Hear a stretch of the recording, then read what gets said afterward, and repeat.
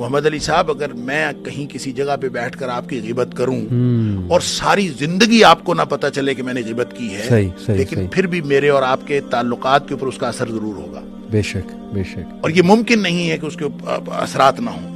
اسی طرح آپ کسی کے لیے اس کی غیر موجودگی میں دعائیں کریں، جی ہاں جی ہاں جی، تو وہ الگ بات ہے کہ نبی پاک صلی اللہ علیہ وسلم فرمایا جب آپ غیر موجودگی میں دعا کرتے ہیں تو فرشتہ کا اللہ تعالیٰ مقرر کر دیتا ہے کہ اس کے لیے دعا کرتا ہے. تو یہ لیکن اس دعا کا آپ معاشرتی تعلقات کے اوپر اثر دیکھیں گے.